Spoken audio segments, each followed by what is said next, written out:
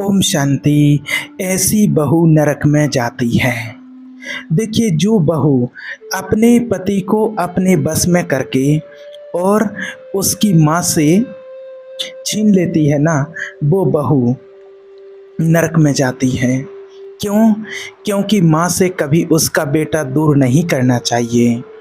अच्छा देखिए, आगे तो नरक में जाती ही है, नरक जैसी सज़ा भोगती भी है, लेकिन इस ज़िंदगी में भी उसको नरक होता है जब उसका बेटा बड़ा होता है। जब उसी बहू का बेटा बड़ा हो जाता है, वो भी सीख गया होता है। और एक चीज़ ध्यान रखना कि नाते का लगाव बाबा से ज़्यादा होता है, दादी से ज़्यादा होता है। जब माँ दादी बाबा से कोई गड़बड़ करती है तो नाती को तो बहुत बुरा लगता है, उसको अपनी माँ बहुत बुरी लगती है और दादी के प्रति प्रेम उमड़ता है।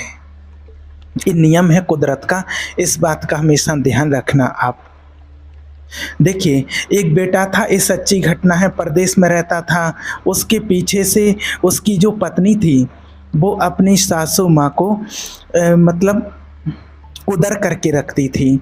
अपने घर में अपने लिए बढ़िया बढ़िया मालपुआ माल अच्छा अच्छा बनाती थी, खूब हलवा पूड़ी जो भी पसंद आए उसको, खूब पनीर पूड़ी सब कुछ खाती थी। और जो माँ बेचारी बूढ़ी थी, उस माँ के लिए रूखा सूखा बासा सूखा जो भी बचा है वो भी ऐसे ही दे देती थी। और पता, उसको थाली में भी रोटी नहीं देती थी। ये जो आपने देखा होगा खप्पर होते हैं, खपरा जो गांव में जो मकान के ऊपर जो खप्पर रहते हैं उसमें देती थी।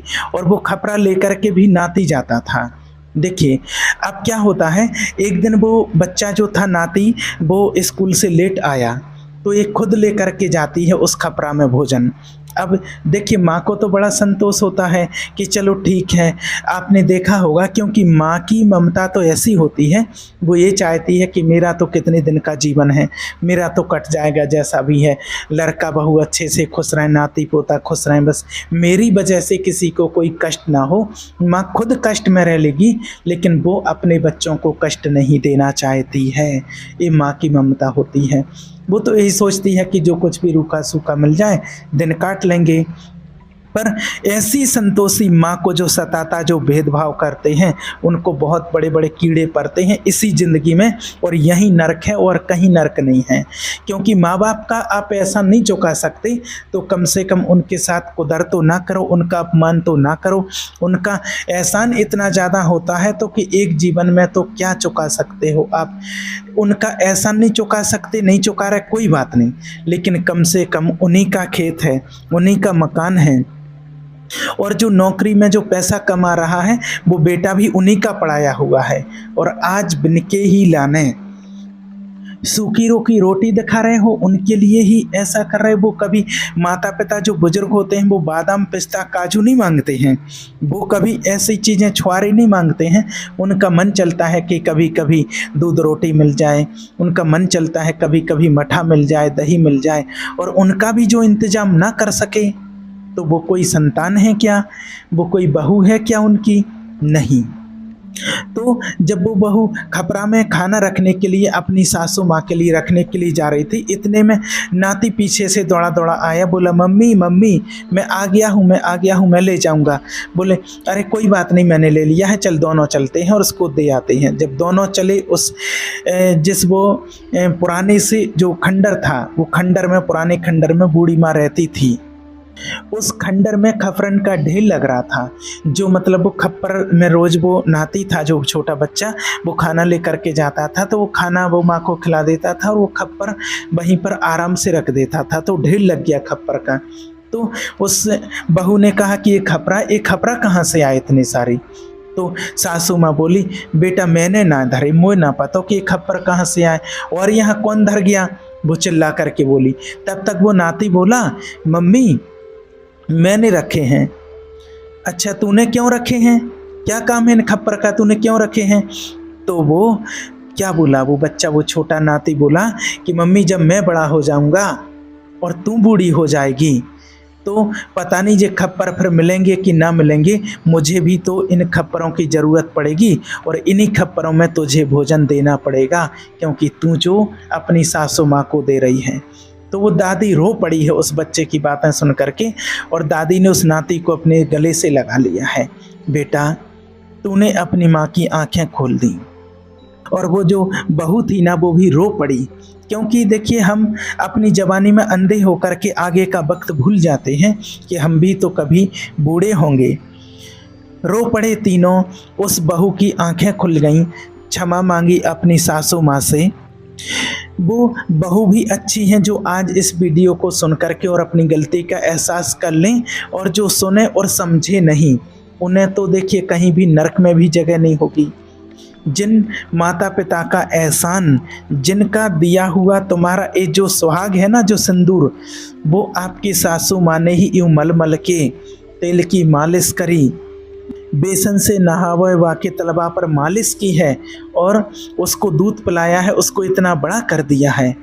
और ऐसे के एहसान को जो भूल जाती है जवानी के मद में, उसे बहू कहना उचित नहीं है। वो तो क्या बोलें, उसके लिए तो कोई शब्द ही नहीं है। और केवल वो अपनी सासू को दुख नहीं दे रही है, उसके बेटे को दुखी कर रही है दूर रख करके, उसका अपने पति को भी तो दुखी कर रही है, जिसे वो कहती तो परमेश्वर है, जिसके लिए करवा चौथ का व्रत रखती है।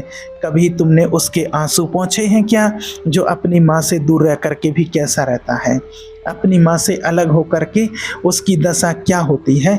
कुछ तो ऐसी कुलक्षणी होती हैं, बड़ा दुख होता है देख करके कि जब तनख्वाह का समय आता है, कुछ कमा के लाया हो, और उस समय अगर वो माँ के पास चला गया तो कलेश कर देती हैं घर वाली, घर में पत्नी, कि तुम उसको दे करके आए होगे। अब बताइए, जिसका सब कुछ है उसको ही देने में इतना कलेश। ध्यान रखना, ये ऐसी बहुएं हैं जो उनको आगे भुगतना पड़ेगा। एक एक चीज़ आज पागल हो रही है, कल तेरी भी बहू आएगी और कल तू भी सास बनेगी। उन दिनों को कभी नहीं भूलना चाहिए।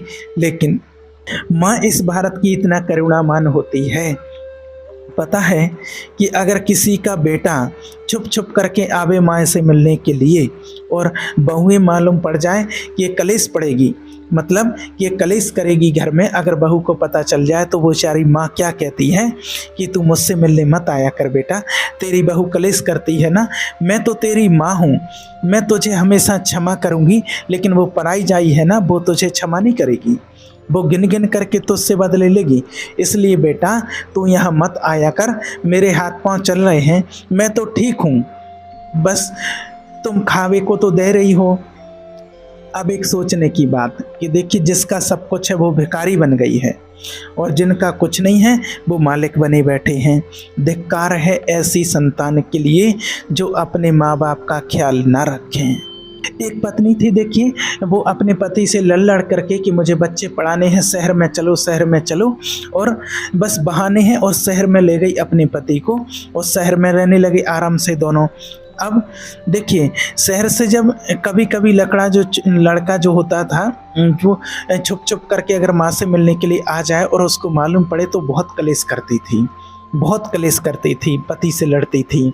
एक दिन क्या हुआ, ड्यूटी से वो आया घर, थोड़ा लेट हो गया, और उसने फ़ोन किया बहू ने कि कहाँ हो तुम। पत्नी ने फ़ोन किया तो उसने कहा माँ बीमार है, मैं माँ को लेने के लिए जा रहा हूँ, माँ बीमार है।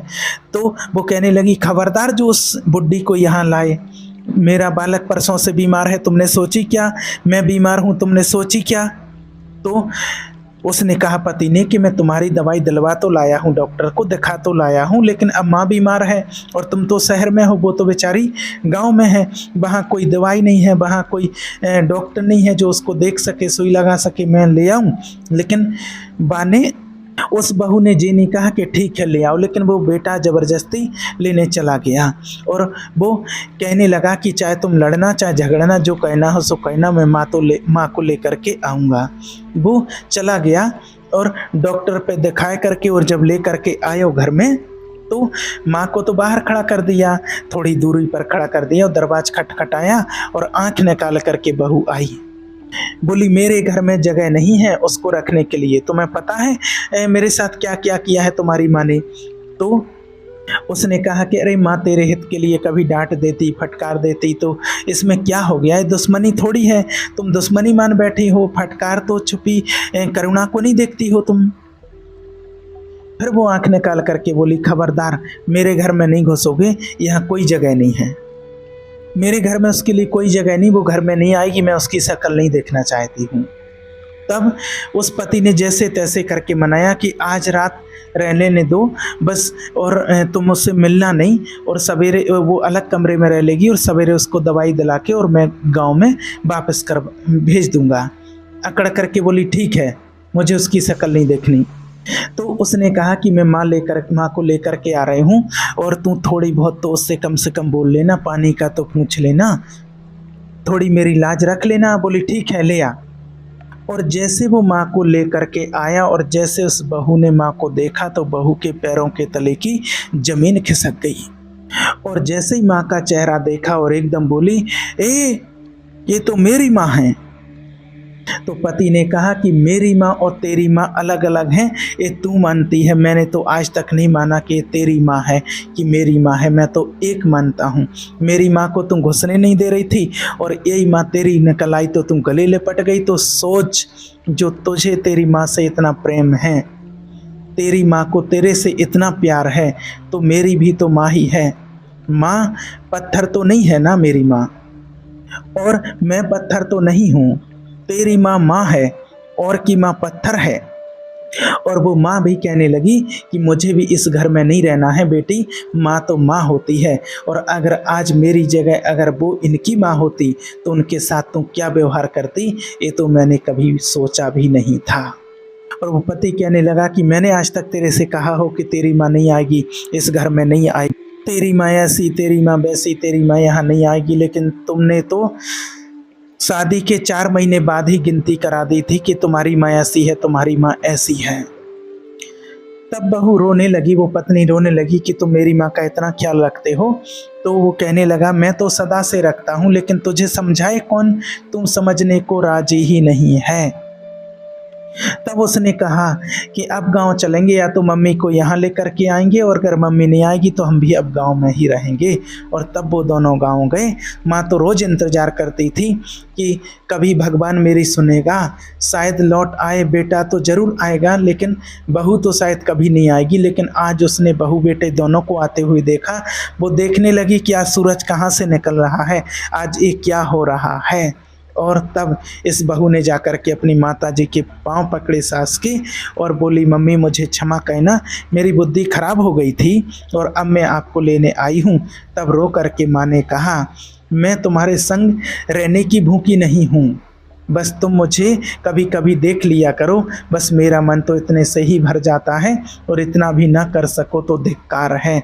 माँ बाप नहीं चाहते कि आप उनको अपनी छाती पर रखो, माँ बाप के हाथ पांव चलने तक वो आपकी सेवा नहीं चाहते, तब तक वो ये चाहते कि हम ही सेवा करते रहें बहू बेटों की, लेकिन हमें तो वो भजन लगने लगते हैं।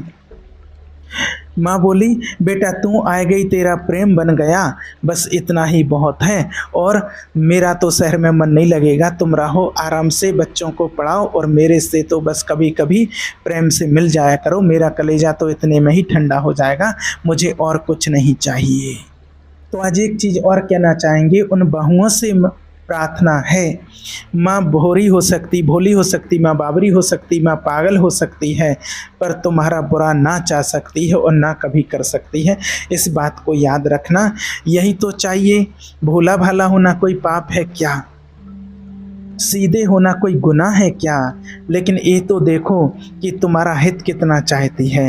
अरे जिस बहू को पाने के लिए उसने कितने मंदिरों में जा करके कितनी मन्नतें मांगी कि मेरे बच्चे का ब्याह हो जाए, साधु हो जाए, लेकिन उसे क्या पता कि बहू ऐसी आएगी।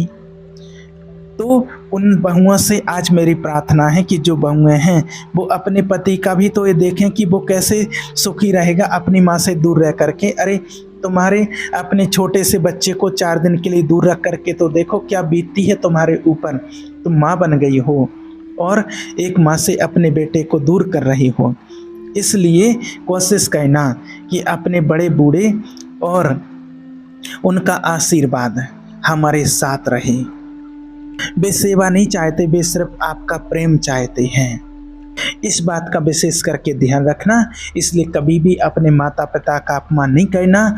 और माता पिता को जाने के बाद जो करते हैं ना कि इतनी बड़ी बड़ी फिर तेरवी करते हैं, इतने बड़े बड़े पूजन करते हैं, पिंडदान, ये वो सब, ये सब कुछ दिखावा है। इसका कुछ भी उनको पुण्यफल नहीं मिलता है। वास्तव में अगर आपको पुण्यफल चाहिए, आशीर्वाद चाहिए, तो जीते जी अपने माता पिता की आंखों में आपकी वजह से कभी आंसू नहीं होना चाहिए। उनकी दिल से सेवा करो, उनको दिल से खिलाओ पिलाओ, यही तुम्हारी सच्ची सेवा है। और इनसे जो दुआएं मिलेंगी, इनसे जो आशीर्वाद मिलेगा, वो आपको जीवन में कहीं और से प्राप्त नहीं हो सकता है। इस बात का ध्यान रखना।